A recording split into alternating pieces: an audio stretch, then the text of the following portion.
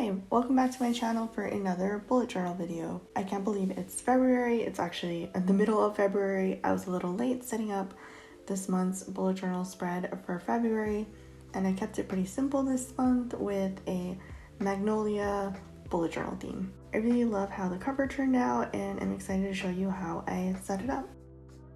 So when I started creating my January spreads, I was on vacation and I wasn't working, so I had more time to create more sophisticated ones. But now that back to work, working 9 to 5 days a week, even though I am working from home, it doesn't leave me as much time to create more complex spreads. But so I decided to keep it really simple this month, especially because I was behind. But I hope you enjoy. I also hope my voice sounds clearer, because since the last video I got a new mic, which was also part of the reason why I delayed recording this, and I hope I sound much clearer this time. Please let me know in the comments what you think.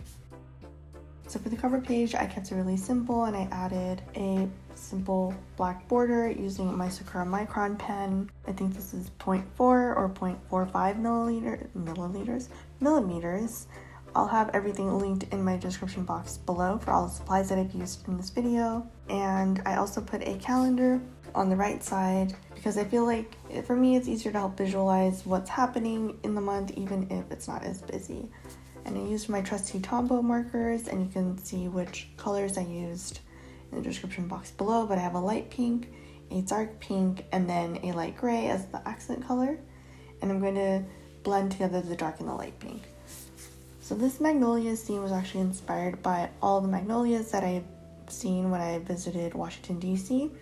My first time was in 2011, I think, and that's when they were blossoming in front of the Smithsonian, and I have these really nice pictures of them. And one of the houses I used to live in had this really pretty magnolia tree, and it would bloom around this time and have the prettiest flowers. They remind me a lot of tulips, which I'm also a big fan of, so that's what I decided to go with. So if you watched my November or December, I think my December video, I did this blending technique before where I put two different colors and then used the Tombow blending pen to blend the colors together so it created a gradient. And that's what I was going for here by adding the dark pink on top of the light pink. If you check out pictures of magnolias, you'll see that they of course have a gradient with dark pinks and light pinks, so I wanted to do that. And I know the colors look kind of weird right now. They haven't really blended together, but you'll start seeing it slowly blend out and it starts looking more like watercolor. You really have to trust the process with these. It takes some practice. So I definitely test it out on a different piece of paper, or even potentially do this on a different piece of paper and paste it in. And then I decided to put these little circles just for the color palette. I thought it was the easy way to kind of help tie the colors together on the other pages, because I am actually not doing any magnolia drawings on my other spreads.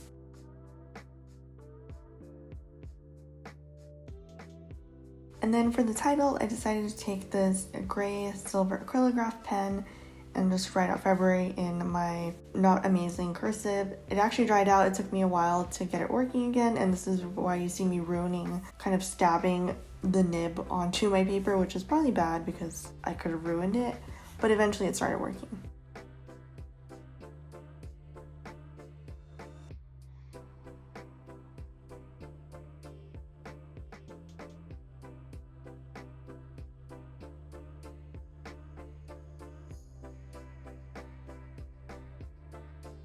And then I took a really thin pen and outlined my flower because it looked kind of weird just floating there without anything to kind of make it pop, and I really think that's what tied the whole drawing together. You'll start to see the dark pink and the light pink starting to blend together here, and it looks much better than it did a little while ago.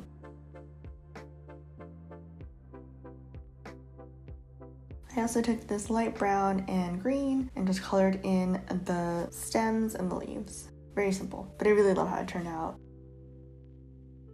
And so then I created a calendar, pretty small calendar. I know the boxes are small, but I actually don't write in too many details outside of like the event and maybe the time if it's relevant, and things like days off I have or a work holiday or something. So that's what I put there. And so I used my 3 colors and then I outlined it with black. I really like doing the days of the week with one color and then having an empty box to fill it in, and then doing it alternating. I used to hate putting calendar spreads together because it would take me so much time, but once I migrated to the dot grid notebook, it made it so much easier, and now they're actually one of my favorite things to set up, weirdly enough.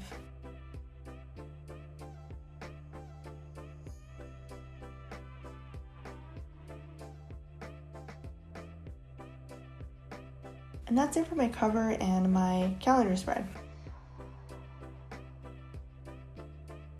And so now we'll move on to my habit tracker and favorite spreads. And you'll see that the marker actually bled through a little bit because the blending pen makes it wet.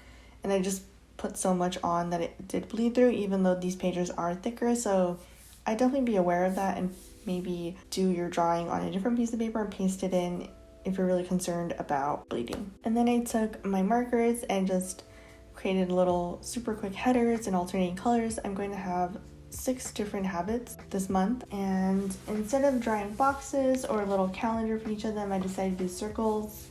I really liked when I did this in a previous month, and since this month is short, I thought this was the perfect time, and it's also an even numbered month, it was a perfect time to do these circles. So I actually started using my circle ruler doing this, but my circles actually weren't really coming out perfect, so I just decided to freehand it. And I know they're wobbly and they're uneven, none of them are the same size, but it actually doesn't bother me anymore, which is surprising as a perfectionist.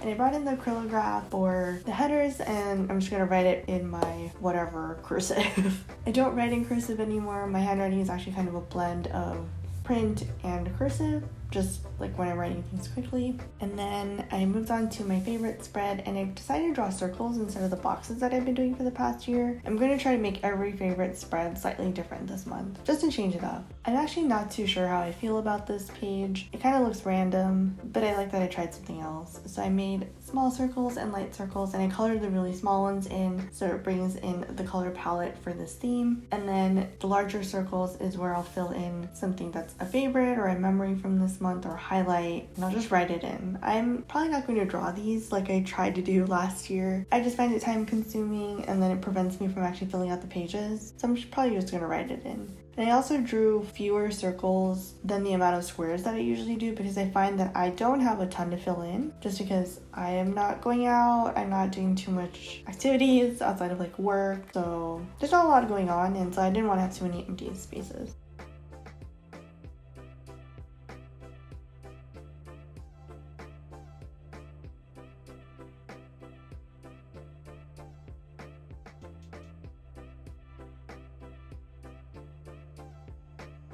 You also see on my habits spread that I expanded my habits from 4 to 6, and when I was filling these in, I actually forgot what my 6th habit was going to be, so I kind of made something up. I'll probably remember after the fact. Now we're moving on to my monthly dashboard to-do list page. My camera randomly stopped recording, so it doesn't show you when I started creating these boxes, but I created 4 boxes. The smallest one is going to be for goals, just so I kind of can try to progress with them as the year goes on. And then these 3 are going to be for like monthly tasks, things I need to buy, and like a project I want to focus on. Very simple, and I added a drop shadow.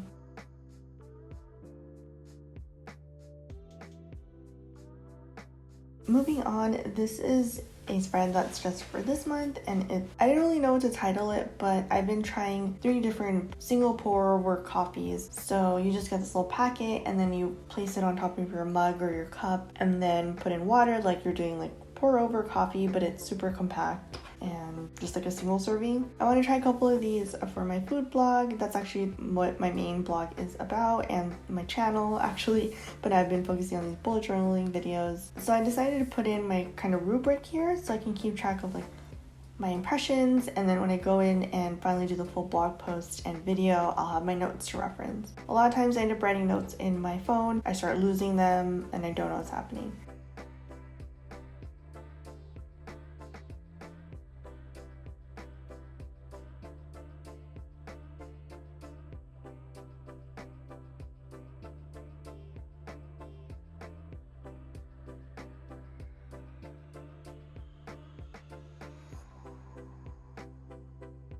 You'll see that I pulled my iPad out in the corner because I kind of planned what I wanted to include on this table. And so there's actually 6 categories. So obviously the brand name, the price, the variety of flavors that you can purchase, the packaging, how easy it is to use, and the actual flavor, like what did I think it tasted like. I felt like my monthly spread was a little empty, so I brought in some washi tape. And this is actually the only page that I use washi tape on. And you'll see that I adjusted a few times because I don't like the way I placed it. I feel like that happens in every video that I do. And for that coffee spread, I'm actually going to hopefully have a blog post at some point, as well as maybe a YouTube video. Hopefully, I've been recording everything, like recording how to use it and like unboxing it. So I'm hoping I'll eventually have this up here. So you'll see it one day. I don't know when. I still have to buy more coffee. And then moving on to my weekly spread, it looks a little similar to my January spread, but instead of those candles that I had, I actually put in this little weekly preview, so I could put in like events or appointments or something that needs to be called out on there, because I feel like it's easier to have it at a glance versus putting it on to the actual daily boxes. So I have one for each day of the week, and then I titled it events, and then it'll say the day of the week in the dark pink. And then I created 7 boxes, very simple, and used my light pink to highlight the headings, which is what I've been doing with some of the other boxes, like the monthly page. This is actually really easy to set up. Like if I wasn't recording, it would literally probably take me like 10 minutes, maybe 10-15 minutes. So I think that's what I really like about this page. It's not too much work. So it's really easy to replicate throughout the month if you want to have something look a little fancy. And then I also put the little circles underneath the last box, which will be for Sunday. My weekly spreads actually go from Monday to Sunday, even though my calendars follow a traditional calendar and start on Sunday. For me, my week starts on Monday because it's the first day of the work week. So that's kind of how I plan things in my brain. And I put those little circles underneath the 7th box, and those will have the color palette again, just to kind of tie things together. I actually really like doing this. I've seen it on some other spreads and I thought it looked really cute. And then I outlined them just so they would pop a little bit because they look like they're floating there, otherwise it looks really unfinished to me. And yeah, that's it. It's really easy to set up, but it looks like it took some time.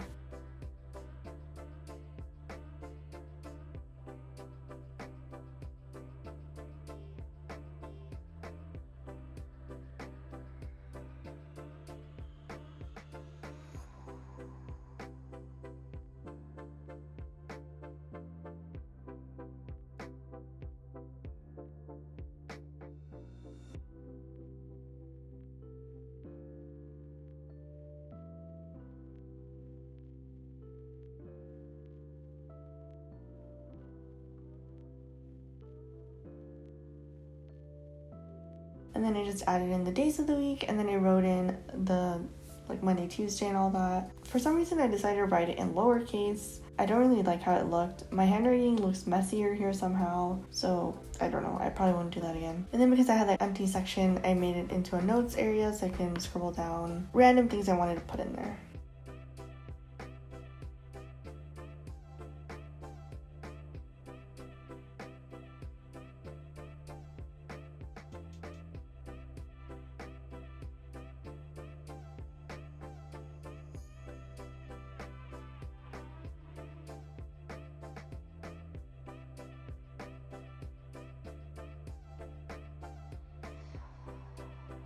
And then I went back because I wanted to fix a few things on some pages that were bothering me, like this washi tape. I hated the way it looked, so I decided to actually cut it so the grid one was thinner. I felt like it was taking so much space at the top here. And I also trimmed it because it got all wrinkly. I realized I didn't outline these little circles on the cover page, so I went back and did that.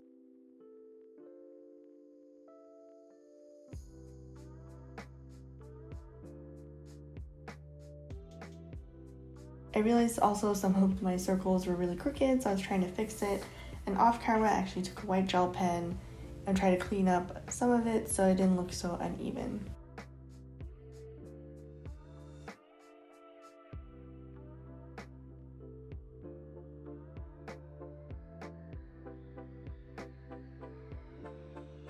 And I forgot to put a drop shadow on the boxes in the weekly spread, so I went back and did that. I was kind of all over the place doing the setup. As you can see, it starts out with natural light, and then I had to turn my lights on to make sure that you could see what I was doing. It always takes me a few hours. And that's it. These are my February pages. I really love how my cover page turned out and my weekly spread. I'm actually not too sure how I feel about the other ones, but they're simple, they're functional, and that's my main intent behind using a bullet journal. Anyway, let me know what you think in the comments below. I don't know, maybe drop a flower if you made it through the whole video. Subscribe for more videos, and thanks for watching.